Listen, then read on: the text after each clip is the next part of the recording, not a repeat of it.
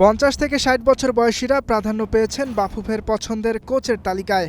সেই হিসাব করলে সবচেয়ে বেশি আলোচিত বেয়ার্ন স্টার্ক বাদ পড়ে যাওয়ার সম্ভাবনা প্রাথমিক বাছাইয়েই। কারণ জার্মান এই কোচের বয়স এখন 63 বছর।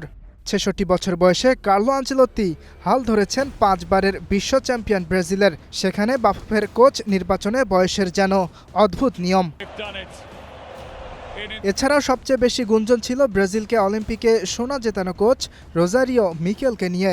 তবে তিনি যদি আবেদন করেও থাকেন তাহলে বাদ পড়ে যাওয়ার সম্ভাবনা প্রাথমিক বাছাইয়েই। কারণ বাফুফে চায় এশিয়ায় কোচিং করিয়েছেন এমন অভিজ্ঞতা সম্পন্ন কোচ, জানেই নেইমার জেসুসদের সাবেক এই কোচের।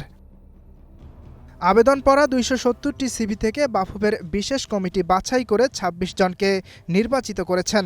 এই তালিকায় ব্রাজিল, জার্মানি, নেদারল্যান্ডস, স্প্যানিশ ছাড়াও আছেন স্থানীয় কোচ জুলফিকার মাহমুদ মিন্টু। বিগত দিনে আমাদের কোচ যারা ছিলেন তারা ম্যাচের ভিতরে টেকনিক্যালি সাউন্ড না, কোন সময় কোন প্লেয়ার চেঞ্জ আনা উচিত এবং টিমের প্রেশারে কোচদের প্রেশারটা নিতে পারে কি না, এক্সপিরিয়েন্সটা দরকার আছে, সেই দিকে আমরা চিন্তা করেছি। হেড কোচের পাশাপাশি গোলকিপিং কোচের জন্য 19 জন আবেদন করেছেন। সেখানেও বাছাই করে 10 জনকে রাখা হয়েছে।